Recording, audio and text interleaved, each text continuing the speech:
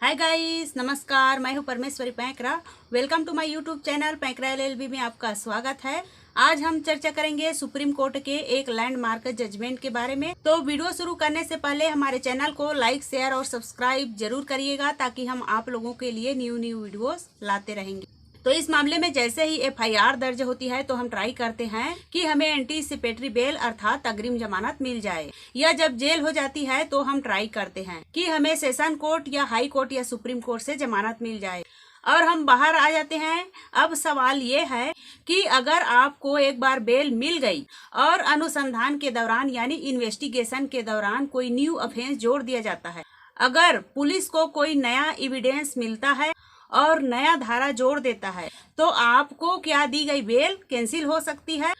और अगर आप पीड़ित हैं, आपके द्वारा परिवाद दायर की गई है, आपने कंप्लेंट की है और अगर आपको लगता है किसी एक्यूज्ड को बेल मिल गई है, तो क्या अनुसंधान के दौरान जो न्यू धारा जोड़ी गई है, तो क्या आप उस बेल को कैंसिल करा सकते हैं।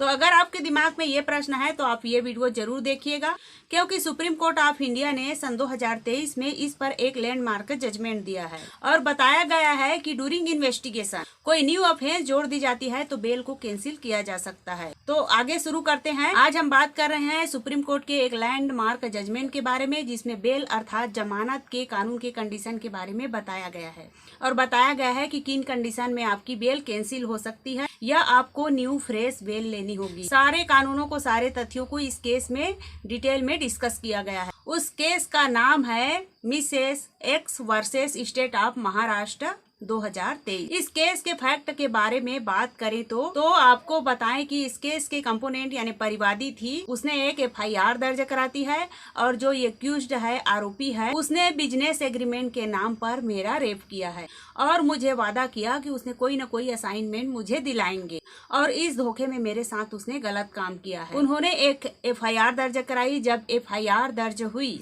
आईपीसी 354 और 506 के तहत अपराध दर्ज की गई। जैसे ही एफआईआर दर्ज हुई, पुलिस ने उस आरोपी को पकड़ा और गिरफ्तार कर लिया। जब एक्यूज्ड गिरफ्तार हो गए, उसके बाद एक्यूज्ड ने मजिस्ट्रेट के कोर्ट में अपनी एक रेगुलर बेल के लिए एप्लीकेशन लगाई और उसने रिक्वेस्ट की कि मुझे बेल दे दी जाए, क्योंकि ऐसा कोई ऑफेंस नहीं हुआ है। मजिस्ट्रेट बेल दे देती और जैसे ही बेल मिल जाती है उसके बाद तो जो कंपोनेंट यानी परिवादी थी वो कहाँ पहुंच जाती है, हायर अथॉरिटी के पास। जब पुलिस की हायर अथॉरिटी में पहुंचने के बाद उन्होंने कहा कि जब मैंने एफआईआर दर्ज कराई थी तो मैंने ये एलिगेशन लगाया था, मैंने अवेयरमेंट लिखा हुआ था कि मेरे साथ उस एक्यूज्ड ने रेप कमिट किया है और जब रेप कमिट किया है तो आपने आईपीसी की धारा 376 क्यों नहीं लगाया है। तो इसमें आईपीसी 354 बात करता है सेक्सुअल हरासमेंट की और आईपीसी 376 बात करता है रेप की। तो पुलिस वालों ने एफआईआर दर्ज की तो आईपीसी की धारा 354 दर्ज की थी, इसलिए उसे मजिस्ट्रेट के न्यायालय से बेल मिल गई थी। लेकिन जब सेकंड टाइम कंपोनेंट ने सप्लीमेंट्री स्टेटमेंट दी तब उन्होंने कहा 376 भी इम्पोज किया जाना चाहिए। तो पुलिस वालों ने उसी एफआईआर में ड्यूरिंग इन्वेस्टिगेशन आईपीसी की धारा 376 को ऐड कर दिया। जब 376 ऐड किया तो पुलिस वालों ने उस एक्यूज्ड की बेल कैंसिलेशन लगा और पुलिस वालों ने रिक्वेस्ट किया कि उसकी बेल कैंसिल कर दी जाए, क्योंकि उनके ऊपर आईपीसी की धारा 376 सीरियस ऑफेंस इम्पोज किया गया है, क्योंकि उनके ऊपर आईपीसी की धारा 376 जो कि सीरियस ऑफेंस है दर्ज किया गया है। माननीय मजिस्ट्रेट ने उनकी बेल कैंसिल कर दी और जैसे ही बेल कैंसिल हुई, एक्यूज्ड पहुंच गए हाई कोर्ट। हाई कोर्ट में उन्होंने एंटीसिपेटरी बेल लगाई। हाई कोर्ट में उन्होंने एंटीसिपेटरी बेल सीआरपीसी की धारा 438 के अंतर्गत उसने एंटीसिपेटरी बेल लगाई और उन्होंने कहा कि ये एलिगेशन है वो बिल्कुल झूठा है, नेचर ग्रेविटी ऑफेंस सीरियस नहीं है और कहीं न कहीं आपस में हमारा कंसेंट है, इसलिए मुझे अग्रिम जमानत दे दी जाए। बॉम्बे हाई कोर्ट ने उनकी आर्गुमेंट सुनने के बाद 438 उन्हें ग्रांट कर दी या एंटीसिपेटरी बेल ग्रांट कर दी। जैसे ही एंटीसिपेटरी बेल ग्रांट करने के बाद कंपोनेंट पहुंची सुप्रीम कोर्ट, जहां पर सुप्रीम कोर्ट ने 2 पॉइंट पर आर्गुमेंट की।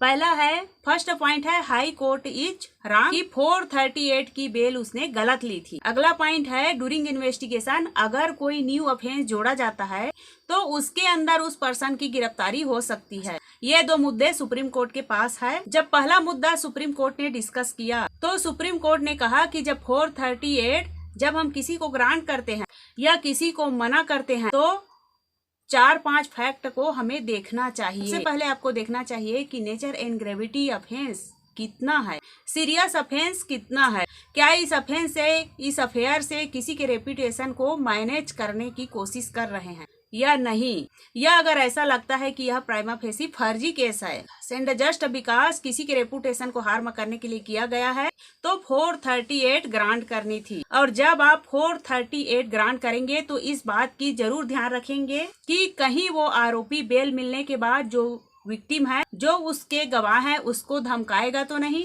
क्या वो जो गवाह है उसको धमकाने के साथ साथ एविडेंस है उनको कहीं छेड़छाड़ तो नहीं करेगा।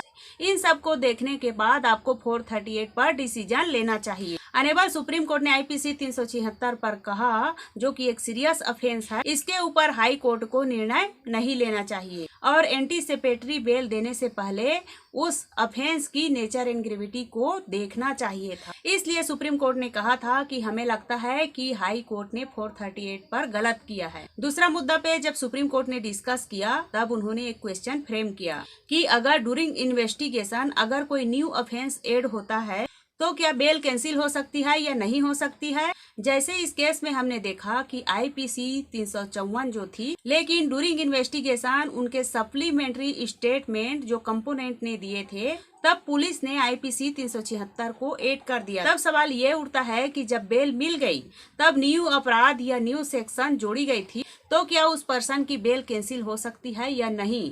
सुप्रीम कोर्ट ने अपनी लैंडमार्क जजमेंट में Pradeep Ram versus the state of Jharkhand 2019 supreme court का वापस जिक्र किया। सुप्रीम कोर्ट ने कहा कि हमने 2019 में इस इशू के बारे में डिस्कस कर रखा है और इसको ला सेटल कर दिया है, और यह भी कहा कि ड्यूरिंग इन्वेस्टिगेशन अगर कोई न्यू ऑफेंस जोड़ा जाता है या कोई न्यू धारा जोड़ी जाती है तो दी गई बेल कैंसिल हो सकती है। यानी ऐसा नहीं है कि अगर आपको एक बार बेल मिल गई है और ड्यूरिंग इन्वेस्टिगेशन अगर कोई न्यू एविडेंस आता है या कोई न्यू धारा जोड़ दी जाती है तो आपको गिरफ्तार नहीं किया जा सकता। तो बिल्कुल गिरफ्तार किया जा सकता है, क्योंकि सुप्रीम कोर्ट ऑफ इंडिया ने लॉ सेटल कर दी है कि अगर कोई न्यू ऑफेंस ऐड होता है तो आपकी बेल कैंसिल हो सकती है। तो फाइनली सुप्रीम कोर्ट ने कहा high court is wrong in granting the 438 CRPC bail, क्योंकि यहाँ पर एंटीसिपेटरी बेल का किसी भी तरह का क्लेम नहीं बनता, लेकिन हाँ यहाँ पर बेल कैंसिल की जा सकती है कि ड्यूरिंग इन्वेस्टिगेशन अगर कोई न्यू ऑफेंस जोड़ी जाती है तो इस जजमेंट से एक बात क्लियर हो जाती है कि आप आरोपी हैं किसी FIR में और आपको बेल मिल गई है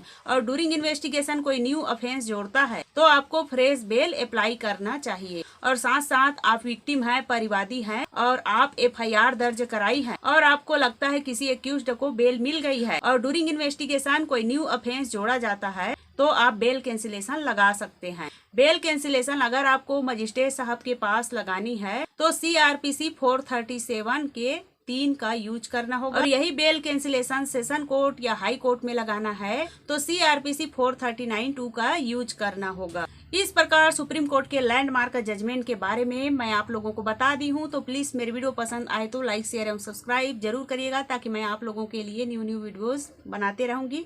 नमस्कार।